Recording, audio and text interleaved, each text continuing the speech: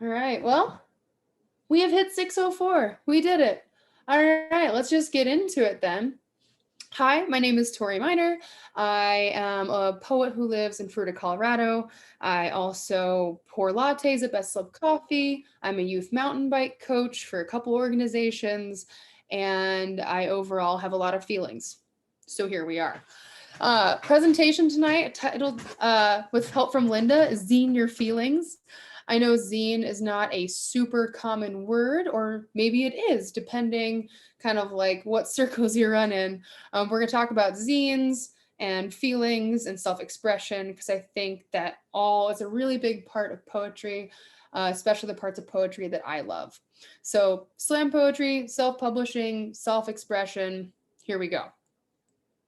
So, boop. Oh, let's see. There we go. So, I've asked a couple people, like outside of poetry and slam poetry, kind of what they think slam poetry is. And I got a good answer from someone who said it's poetry brought back down to earth. Like it's down to earth poetry. It's about self expression. Um, and slam still sounds, it sounds aggressive, it sounds strange, but I think slam and spoken word have really like blended themselves together. Where self expression really is the whole point of what you're doing. And I all what's the word I want to say? It's to take like elitism out of poetry because I think sometimes poetry seems inaccessible due to either format or wording or what you're supposed to be saying or content. And so I think a lot of times people view accessibility as something that isn't good. Like if it's too accessible, it's too easy. Like, and I don't agree with that. I think accessibility is awesome. So we're gonna kind of get that in with zines. Another thing that's like in zine culture and slam poetry and spoken word is that you tune into your own needs when writing. Like you don't reach for a topic someone wants you to have. You express yourself because I think we've all heard someone give a talk who wasn't being genuine, and I think that's very apparent. Um, you need to speak exactly what you want to say because that's the reason people listen. And then the last thing is the same, speak your truth no matter what it is because people want to hear you, not what you think you want them, not what you think they want you to say. All right. So for fun, I thought I'd do like a little just like exercise, just showing things. Because I think a lot of us probably watched the inauguration. And if you're like me, Amanda Gorman's poem just blew me away. She is arguably the biggest poet in the world right now, definitely in the US. This poem, The Hill We Climb, just soared. She got 1 million Instagram followers overnight. She has 3 million book uh, prints that have been bought since that poem was read. Like Amanda Gorman is like up here for poetry. And so I thought it'd be kind of fun to look at that poem that really brought America to talking about poetry. I mean, how many of us had friends who aren't poets, don't read poetry, who were like, oh my God, this poem? And with good reason. So I thought just like looking at that first stanza, I kind of highlighted some basic literary devices that are incredibly accessible. So you can see when the day comes, we ask ourselves, where can we find light in this never ending shade? Like those are all just total thematic devices that are incredibly accessible. Day, light, shade. That's not a far reach, but it's beautiful and I get it. And then you can see shade rhymes with wade. Beast almost rhymes with peace. I gave it a pass. And I think a lot of times we even think that poetry shouldn't rhyme or like uh, not any poetry, but I think some people think rhyming is not a high form of poetry, and like that's just not the case. We also have slight rhymes with just is to justice. And then, of course, you have repetition. Before we knew it, somehow we do it. Meter, sound. Like this poem was so powerful. And when you actually break it down and look at it, it's not a wholly complicated and inaccessible piece. It's there. It's meant to talk to you. And that's one of my favorite things about slam and spoken word and poetry in general, is that you can look inside someone's head and see how they think. And it's not bad if it makes sense to a lot of people. Anyway, I'm just going to jump to the end too, and kind of the same thing. This is the last stanza, and just kind of fun to see how she wraps it up with the day, shade, shade to unafraid, dawn, light. And then that same, if only we're brave enough to see it, if only we're brave enough to be it, with the meter and the repetition and the sound of it. So that was kind of my little introduction to down to earth poetry. Just kind of talking to everyone's poetry. That's what I think of slam. And I know I'm kind of talking about slam a lot, and I'll bring that up again at the end, because in the middle, what I'm going to talk about is self-publishing and zines. So this is my first Zoom call, everybody. So thanks for sticking with me as I jump topic to topic. All right. So self-publishing. I think one of my favorite things that I have figured out with poetry is that I don't need anyone to publish it for me. I think so. These are my two little chapbooks that I've made at home. The first one I made is called Attention. And inside, I broke it up into segments about letters to myself, letters to friends, letters to the world, and have my poems in each one of those sections. One of my best friends letterpressed the covers. I hand stitched it together. And honestly, it was so much more fun than writing. I really, really enjoyed that process. And actually, I got another set of covers done, and they were yellow, and I actually ink splattered all of the books. And so I spent a lot of time making these covers too, and of course, hand stitching. And I think that one of the best parts of binding your own books or self-publishing is that you get to spend even more time with your words. Like, you don't need a publisher to justify or validate your work. Your work is worth sharing. Everyone's work is worth sharing, and that's why I love poetry. Again, you get to see how someone's brain works, and you can connect to it. Amazing. And the other one I did was a little less thank you, sorry, thank you. I actually designed this cover using a free online platform very similar to Adobe InDesign, but it was free, so totally accessible. Again, got to make this cover. I printed it at Precision Printing in downtown Grand Junction. Precision Printing, I also printed my inner pages, and I made all the insides of my books actually at the Mesa County Public Library, where they have Adobe software. So all of this like really awesome software, all of these things that kind of seem inaccessible are available through the library, through local businesses. Actually, my good friend who printed these, she runs Desert Dog Press, which is associated with Colorado Mesa University, which is a letterpress shop. And she teaches classes on letterpressing. She teaches classes on bookbinding. It's super cool. And it kind of makes this elusive process of publishing seem a little more accessible. Because again, the only thing I paid for was my paper, which is pretty cool. Paper and printing. And then I made, I think, 200 of each book. And I really love self-publishing. The other thing that's really great when you self-publish is you can choose every single thing.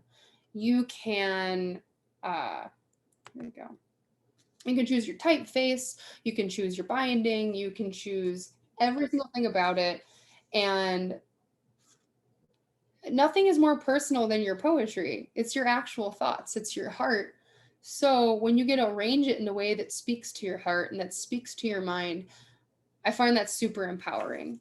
I think there's times I'd be scared to let someone else publish my own book, because like, they're not me. They don't know. but you get to do little touches. Like on this one, I actually did use my wax seal, and I put little wax seals on each cover.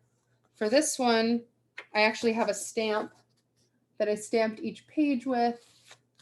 Anyway, I think it's super fun. And just that you can use local resources, public library, local businesses, art stores, and like the letterpress shop in town to make these things is super, super cool. That being said, this doesn't mean you shouldn't have peer reviewers or editors, because obviously no one is perfect and it's good to have insight, but you can gain so much more insight into the process of your own words if you spend all that time with it. And I think the whole self-publishing is self-expression, poetry is self-expression. Like really, if you put your heart and your words into the same product, you're gonna get just the most perfect picture of yourself that you can get.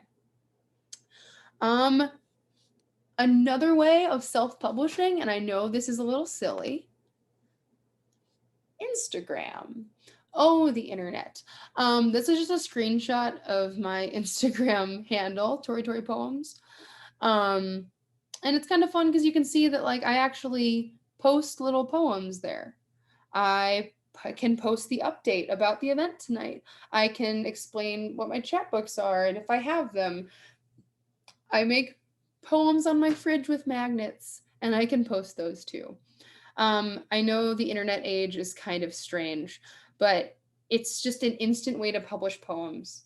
Actually, during April of last year, which was peak quarantine, it's also National Poetry Writing Month. So it kind of kept me accountable. I posted a poem a day. I wrote a poem a day and I put it on that account. And it was a really good practice. It also got me a lot of feedback. I know sometimes with writing, it's very hard to get feedback or to see results or to connect with people because it's such a personal endeavor. But with Instagram, despite that it's Instagram, it's something that you can add content to, get feedback on, send things, check with people. It's a really short creative cycle, if you will, because you can get feedback very quickly for something that you wrote yesterday. That being said, I know it is not best for everyone. It's almost like working in a vacuum sometimes because you are online and it's not face to face, it's not true peer reviewing, but it's something that keeps me honest a lot of the time. And it's another way to kind of create a body of work that is visible. And I know books, like it's about visibility, it's about people reading, it's about reaching other poets, it's about reaching other audiences. And so that is a way to do that. And it creates connections. You learn to follow other poets, you get inspired by other ideas, all sorts of stuff like that. Sorry, I keep looking away. We got a puppy 2 days ago. She is sleeping, but she's making funny noises. I digress. So, on to zines. Ba-ba. So, what is a zine? Why have I talked about slam poetry? Why have I talked about accessibility? Why have I talked about self-publishing? Just to get to zines. Because zines are quintessentially all of those things. Zines are the most accessible, the most self-expressive, the most easily done form of publishing. And it's usually for things that are counterculture, subculture, or lesser known. So just kind of a broad definition of a zine is, as you can see, an independently or self-published booklet, often created by physically cutting and gluing text and images together onto a master flat for photocopying. It's also common to produce the master by typing and formatting pages on a computer. The publication is usually folded and stapled. Historically, zines have been around since 1776, when Thomas Paine self-published Common Sense and used it as an instrument in promoting the ideas that contributed to the U.S. War for Independence. Yeah, and I mean, you could also go back to Martin Luther. Like, zines kind of go back to revolution, they go back to change, they go back to accessibility for information, for feeling, for knowledge, for progress. It's a way of getting art and knowledge out there in a way that anyone can do. So I included the part about photocopying because that is definitely how I got into zines. Back in the day, if you can imagine, I had a mohawk and I went to a lot of punk shows. It wasn't a good mohawk. It did not stand up, and I did not stick around with punk music. But that being said, my favorite part of going to punk shows was the zines kids would hand out. They would just bring them with them. They'd made them at home, photocopied, packing taped, stuck together, and it was about political things. It was about art. It was about bands. It was about record labels they'd made, and they would just hand them out at shows. And it was kind of like a big zine exchange. And so that was my introduction to it, was the photocopying, packing tape, Sharpie, like literally ripping pages out of magazines and gluing them together. And it was a really cool way to be expressive without being precious about it. You could share your thoughts in a semi-permanent way. It's not like you had to have a manuscript that was published and accepted and agreed to by a lot of people. You just got to write it, make it, and throw it on the floor, and people would pick it up. And I still have zines from those shows. I still have books, essentially, from other 15-year-olds that liked punk rock. And I think that is so cool. So zines have been a part of my life for longer than I've actually even known. But we started doing zines in Fruita, Colorado as well, because we started the Fruita Zine Party. My friend Devin, who also runs Desert Dog Press, the letterpress shop, started making zines every month at the coffee shop we work at. And it was cool to see that again. So actually the picture on the screen is a collection of pages that I don't know, like 12 or 16 people made, and we would just staple them together every month. And I have a few just sitting here with me just to show off, because it was a fun thing we did for a little over a year and a half, and then COVID, you know? So it's like someone would make a cover, and then we'd all make pages inside. So I have these little books. It's just one page per person, but there's so much art in here. And some people wrote, some people drew, some people took pictures, some people wrote poems. This person actually made bookmarks. She didn't even make a page. She brought bookmarks to attach to them. And so I have like 16 copies of that. And it's beautiful to see everyone create without the pressure of publishing, of creating, of permanent work. And I think sometimes we can get wrapped up in permanent work. We can get bogged down in perfection, when sometimes you just got to write it and throw it out there, whether that's on Instagram, whether it's in a zine, or you just submit to a publication with a poem that you're not super certain about. I think it's a good practice to just put it out there and do it. So to like super concise about zines, it's an independent thing or it's a group thing. It's either way, but it's independent of like a publishing company.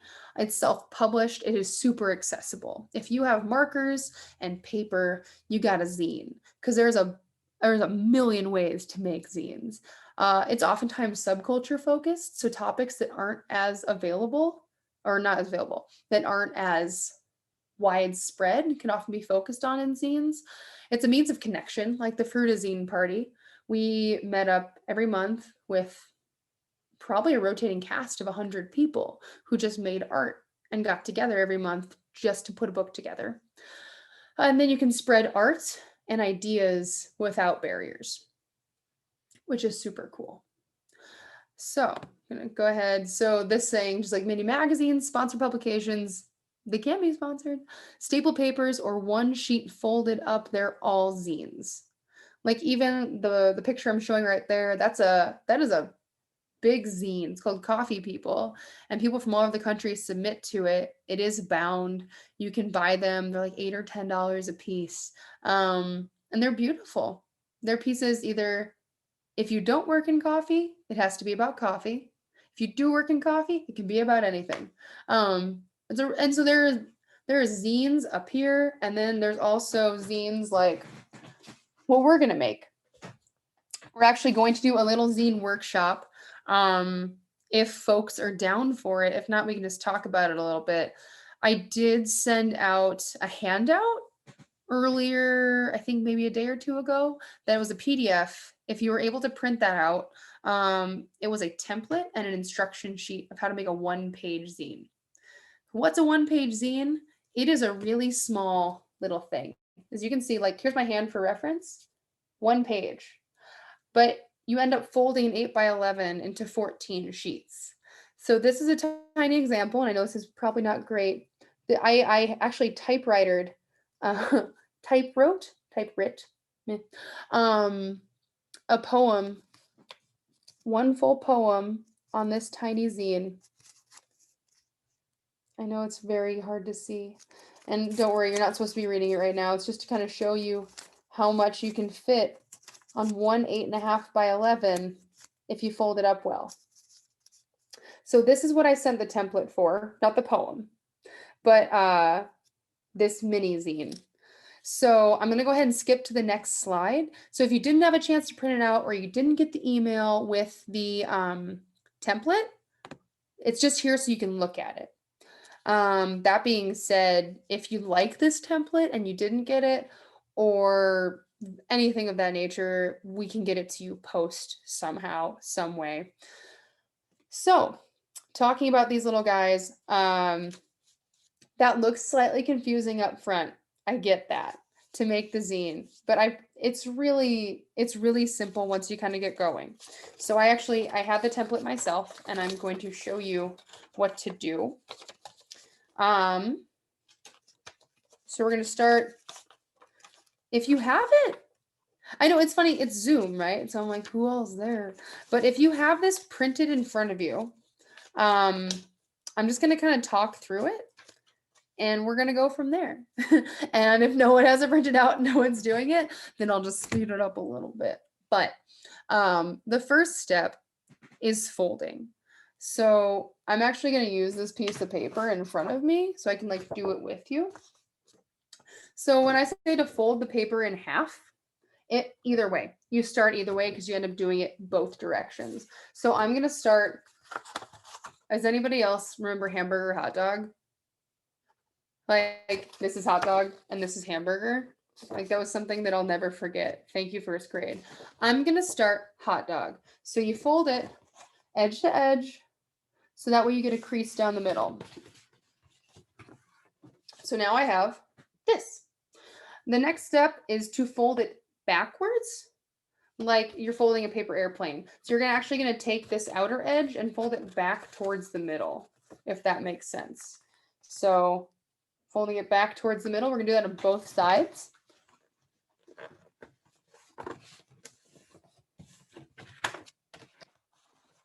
And you kind of have, now you have this. And if you unfold it, it's like an accordion fold. Does that make sense? I know no one can really give me feedback, but I hope it makes sense. So that you have that. Now you're actually just going to like pull it out, flatten it out, do it the opposite way. So if you did a hot dog, you're going to go hamburger, vice versa. Here we go. So I'm going to fold it again, hamburger, because essentially the folds are just making a grid. That's all they're doing. You're going to use the grid to make your pages. So you can see I folded it long ways now, hamburger style. And I'm going to, again, take these outer edges and fold them back to the middle. One of the things I really love about zines and self-publishing in general is just how tactile it is. Because I think writing is a super internal, super intelligent, like brain-focused activity. You can kind of get lost in the vacuum, right? And then all of a sudden we're like, and now we're folding paper. We're touching paper, we're playing with markers. I'm all about it. All right, so I have folded it back to the middle like a paper airplane, which is how my instructions say it. And then I've unfolded. So now I don't know if you can see, but I have this grid of 16 squares. The 16 squares are super important. You can kind of see on the template where it says back, cover, 1, 2, 3, 4, 5, 6. That's a labeling of all these. And the way this is going to work out, you can see the scissor lines. You're going to have this like giant trail of paper that's going to fold all up into a tiny book like this. So up next, you're going to make those cuts. So I don't know if anybody has their scissors with them. I'm going to keep examining. Did I say examining? I'm going to keep explaining. There we go. And so as you can see, you cut across the first 3 and you leave the 4th, and you kind of go opposite, and that way it'll fold out for you. So I'm going to do that, those first 3 cuts. And the reason I think the template is cool is if you have that template, is you know exactly where you're cutting. I've done this a handful of times, so I'm pretty sure I'm not going to mess this up, but more surprising things have happened. I mess things up frequently. So here we go. All right. Cool. So again, if you have the template, you cut those first 3 squares, next line, opposite side, next line, opposite side, c'est la vie. If you're like me, you can see that I now have this kind of thing going on, which looks kind of wild. But it makes a lot of sense. So where it says back and cover, those are actually going to be the outsides of your book. And so again, like I definitely recommend the first time maybe using a template so you know exactly what pages you're doing, or if not, using the numbers and the words on the template on each one of these after you make your grid, so that way you don't get confused. It is definitely an interesting process. I know, and actually in my steps, it says to fill in your squares, which you probably want to do before it's ripped up and stuff. But for the sake of making it together, I'm just making a blank book so we can all see what's going on. And so you can all see how to fold it too, because I tried to make the instructions pretty well, but I am also a visual learner, so it's a lot better for me if I can see things too. So I'm going to pretend that I have all my sheets filled in, and then I'm ready to fold this baby up. And so you're actually going to start with number 1, an accordion fold. You don't need to fold in these first 2 squares that say back and cover. So you're going to take 1 and you're just going to fold it over square 2. Done. And now you can see fold. So from 2 to 3, it says to fold. So I'm going to take it, I'm going to fold down. Do you see where this is going? And so now, since I've folded down, I can accordion fold in 4, 5, and 6. So it's all kind of coming together. Same thing, fold. I'm going to fold up. Accordion fold 7, 8, 9, 9 and 10. I'm going to fold up. 11, 12, 13, 14. And then you're going to, now that I have this like whole thing of folded squares, this is where my back and my cover come in. So, boop, boop, boop. There we go. There it is. So obviously I already used this paper for something else, but you can see I'm opening like pages. Oh. As so. And so that's kind of a very rough intro to how to make one of these. And then I'm gonna kind of show you like what you end up doing is with the back. This one's better. With the back, because it actually says back on it. This is my real example one, not the one I just made. So after it's all folded as such, you have the back and the cover that stick off. You fold the cover, you fold the back, and you just take a little glue and you glue here, and you stick that cover on, and the back cover, I mean. And if you're feeling really, really fancy, each one of these pages, because it is folded, it actually has a little pocket. And if you really want your pages to be super secure, you can glue in between each page. And that way it's not ever coming off. This is obviously open, and each one's going to be open in a different way because of the way that it's folded. Like this one is like a tube. This one is a bottom corner. So if you want to, you can glue them all together, which I didn't do with this one, but I did glue the back pretty significantly. So like this thing is set. This is a book. And this is like one of the most accessible, despite the fact that it is a little heavy on the instructions. It just takes paper. It takes paper, scissors, and maybe a piece of tape to make an entire little book. I found that these are really fun because, like I said, this is just one poem. I found it's really fun to do one poem in here to express one idea, and you can just leave these anywhere. I have found zines scattered on the ground. I found them on bookshelves. I've seen them on bars at coffee shops. It's a really fun thing to express and just give away. Not saying that you have to just throw your work out to the world and see who takes it, but sometimes it's fun. Uh, some of my favorite things I've ever read were things I didn't mean to read. And I think that's kind of true with these because you get to see the inner workings of so many people's minds without publishers being involved, without groups of people deciding on anything. It's just one person's truth making it to you, which is super cool. So that is like my little zine workshop in terms of like making a little zine. I guess I had all the audio turned off because again, new to Zoom. But and Erica, you'll have to help me out here. If anyone has any questions, feel free to unmute and ask away.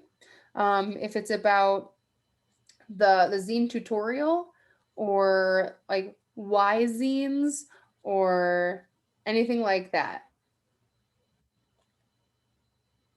Hi, thanks, Tori. This was really, really awesome so far. I have a question about. I love the zine party idea. I love that it can be ongoing and cyclical and drop in. And I'm wondering to make these little zines. What do you call them? The little one that you just demonstrated? It's a one-page zine. A one-page zine. This is such a cool thing. Is there sort of a target audience that you found they work well for? Honestly, like little things like this, Mm-hmm. I just kind of hand out to people. Whether it's like at poetry readings or at like shows, like seeing music, or just like a group of friends, you can drop them off. Like I also leave stuff like this in like bookshelves and coffee shops, where like there's just collections of books scattered around. So I guess there's not a real target audience for these for me. I Mm-hmm. just kind of think they're fun to abandon in public, um, and like see where the wind takes them. But I also know there are zine festivals like all around the country. If you look for zine fests, it's just like going to a Comic-Con or any other major expo. There are tables of people who make zines in every capacity, whether it is highly produced and beautiful and elegant and published and sponsored, down to me using a typewriter and a highlighter and some glue sticks, and you can sell them there. You can give them away. A lot of people just go to do trades. One of my really good friends, she is a zine fiend, I would even say, and she actually has a periodical, I guess you'd call it, Perennial Magic and Poetry, and she's done several volumes. And she just gets people to contribute poetry and art and recipes, everything. It's just awesome. And she goes to zine fests all the time, to trade and meet people, collaborators even. I think kind of another really good part of making these is who you meet. It's collaboration. I have made things with Devin, the woman who letterpressed this. Her and I have made several things together because she's a visual artist, and I'm tactile, I guess. Like I like paper, but I'm not visual art like she is. I'm more words. And so we've made a lot of stuff together through the Fruit Zine party and things like that. So I think the idea of all of these things, these are all zines that I've gotten or made with friends over our time together. Is that collaboration, which I think is a huge part of art. It's the reason we create is to connect to other people. And so through zine festivals or online forums, or just like I do, abandoning things in public, you can make that connection. Thank you. I'm actually not sure if anybody can unmute themselves either. Sharon has asked, yes, why a zine? So I'm guessing I have a setting wrong and people can't unmute. But that's if chat's open, that works too. If you see questions in chat and want to ask them, I can totally answer. Great. Can you see the chat? If you click it, are you able to see it? Maybe. I am a Zoom noob. It's along the bottom usually, and there's a little icon that looks like a chat bubble. It might not be showing up on your screen. Not seeing it right now. Okay, well, so Sharon says yes. Why a zine? And Annette says she will look up a YouTube on how to fold it. Okay. And then also we still have this thing we can send out with the recording later. But yeah, why a zine? I think a zine just because it is so accessible, and I don't know if I've preached that enough throughout this talk about how much I love accessibility. I don't think art should be hard to see. And that doesn't mean that if your truth is complicated, that you have to dumb it down. God, no. I'm not saying that at all.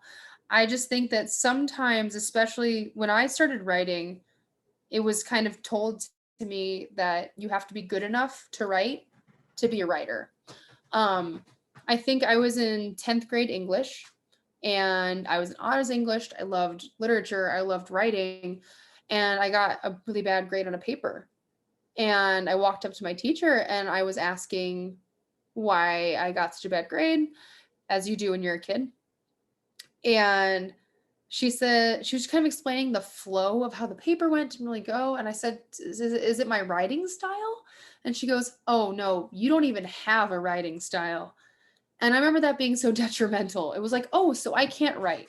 Perfect. Good to know. I guess I'll stop trying, and I guess I'm not good enough. And it was, spiral from there. So I think when I found zines and like poetry that was just almost plain speak, I realized there's so much beauty to be had in things that are accessible and available. And so I think zines and the way that a lot of slam poetry and spoken word is very accessible to me, zines are really accessible as a publishing format. Because you don't need any of the high-tech equipment, you don't need a publisher, you don't need a deal, you don't need to know anybody. You can publish your own work so easily, and you can share it however you'd like. There's also a lot of websites right now that make it super easy to publish, and like you just scan in sheets, make a little publication, you can email it right out. So I mean, one, it's a really fun art project to like make collages and scan stuff in. And scanners, again, you can usually find at the library. And so all you really need is like the tape and maybe like a marker to kind of get the whole process going. And so I think why a zine is because anyone can do it. It's everyone's publishing platform. Yeah. I love that answer. I wonder how many of us have had that experience with somebody who's teaching us. And it's anyway. It is pretty destructive, honestly. Yeah. I feel like we could take a vote. I'm wondering, are you at the end of your presentation? Because I can stop recording now and then everybody can turn on their videos and turn on their if I stop recording, then we can turn on our cameras and everybody can chat with you. Right. I think the only thing I was gonna do was kind of like fully wrap up with Slam. Oh, let's do that. I was gonna read a piece and Cool. then kind of like let Linda take over for a second and talk about the Writers Forum Slam this spring. Wonderful. Yeah. And so I figured maybe talk about Slam for a second, and then we can all turn our stuff on and we can talk about zines, and maybe if we have questions about the folding or construction, we could do that then. That would be great. 1, 2, 3, go. All right. So in terms of accessibility, in terms of publishing, like I'm gonna kind of like, yeah, we're gonna put a bow on that for a second and kind of jump back to slam poetry, my other accessible format. So I'm gonna click another slide. So what is slam? So a poetry slam, it's usually a competition, which in my mind is always like stress, but it's usually a competition in which poets perform spoken word for a live audience and a panel of judges. But culturally, poetry slam generally breaks the image of poetry as an elitist or rigid art form. So a lot of times, if you Google or YouTube slam poetry, what you're going to hear is all over the board. In terms of content, in terms of performance, in terms of delivery, none of it's going to be the same. Like, I think with a lot of poetry forms, if you say, oh, this is going to be an X poem, you could be like, oh, yeah, I've heard that before. I know a little bit about what I'm going to get.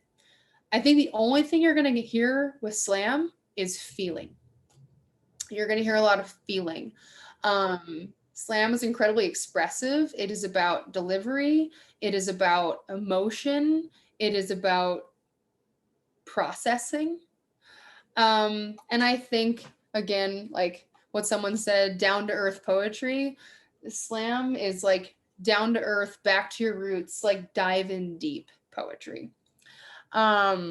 So again, it's feeling and performance over technical details. And that doesn't mean that technical details aren't there. Slam poets are remarkable writers. I think I got into slam poetry because it sounded like song lyrics to me, because the way people presented, the way they kind of created this arc for a poem. Like slam poems are frequently 3 or 4 minutes long, but you're along for the ride. You get to hear the whole thing. You get to see it develop. You don't know where things are usually going when a slam poem starts, because metaphors are like the thing. So yeah, slam poetry, it's musical, it's accessible, it's feelings. And I think that anyone can write a slam poem. We actually, what was it? So actually the picture you're seeing down there, guy in the middle, Caleb Verganchik, he puts on a slam every year during Pride Week in memory of the Stonewall riot. So it's called a Riot on First. It happens at Charlie Dwellington's and invites people from all over the spectrum of humanity to come and read a poem. And he gets people from all over the country now too. So it's a very cool event. And it was really cool to see like a full room of people for a poetry slam in Grand Junction. That was way cool. Almost as full as the Writers Forum Poetry Slam. There was a lot of people there too. But kind of lost my mojo. The point is, anyone can slam. Everyone down there was involved. Everyone said, like, spoke a totally different truth, and it was just as accepted. The competition part of slam is pretty wild because you don't know what the judges are going to score on, but it kind of adds this fun element to something that is not traditionally competitive. But anyway, okay. That being said, I'm actually going to read the poem I read at that poetry slam. to kind of give you an example of what maybe my poems sound like, or maybe what I think slam kind of is.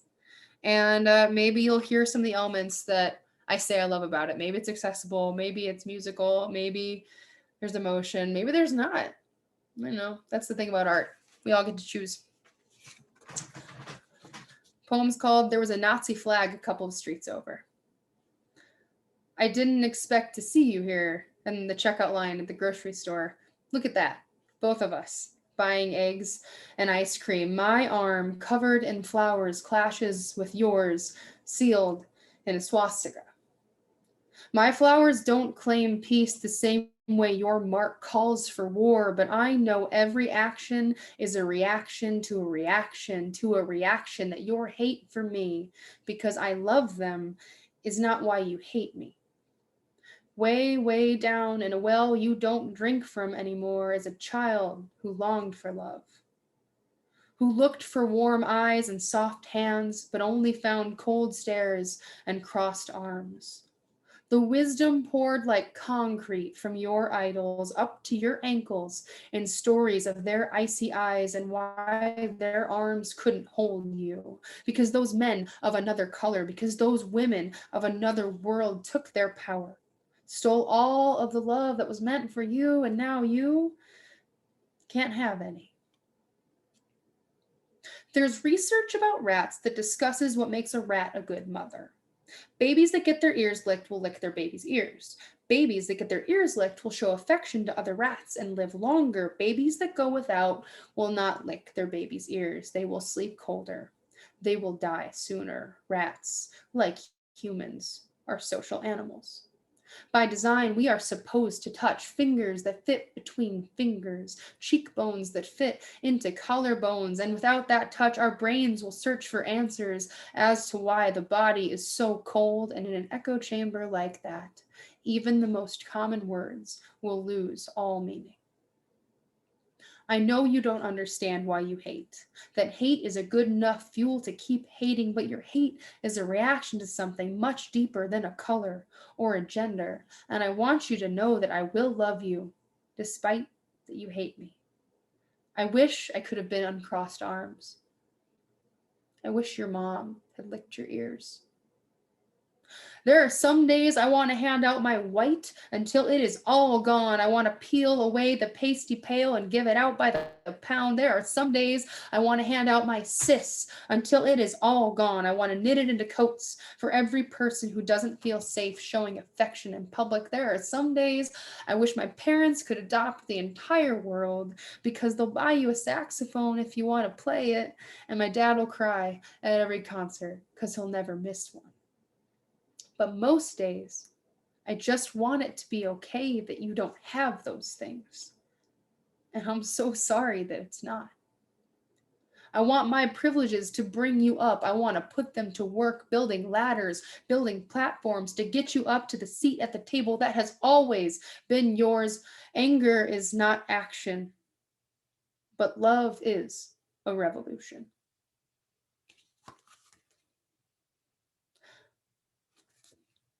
Slam. At least in my definition, in my world, in my brain, that is slam to me.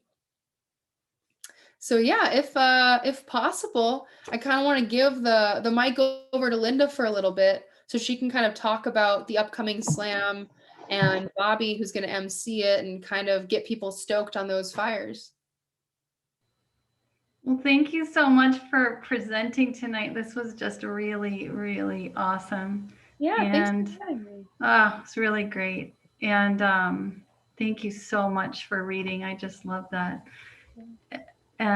Looks like Linda's got her mic working. Is it working? Okay, I'm not sure.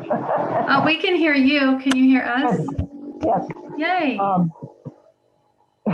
The slam that we have coming up was supposed to have been twice already, and COVID kind of disrupted everything. It was going to be emceed by Bobby LaFabre, who is the former Colorado Poet Laureate, and he is a slam poet out of Denver. He's a social worker, and if you want to listen to any of his work, you can go on YouTube or just put his name into Google, and you'll find the recording of some of his poetry. The poem that got me the most was the first one I ever heard of his, was about why he had hope. And he had hope because he was a social worker and could see change happening with the people he was working with. And so, you know, it was neat to see him. And what we want to do is have a slam. We're in the process. This sounds very confusing because it's all happening as we speak. Michelle Boseview, I'm not sure I'm saying her middle name right, Fox, who's the head librarian or in charge of the library, has gotten together with the Writers Forum. We want to create a county anthology of writing and visual arts. And as part of that, we want to have a poetry slam leading into it to get people to think about all the different ways that you can do poetry or tell stories.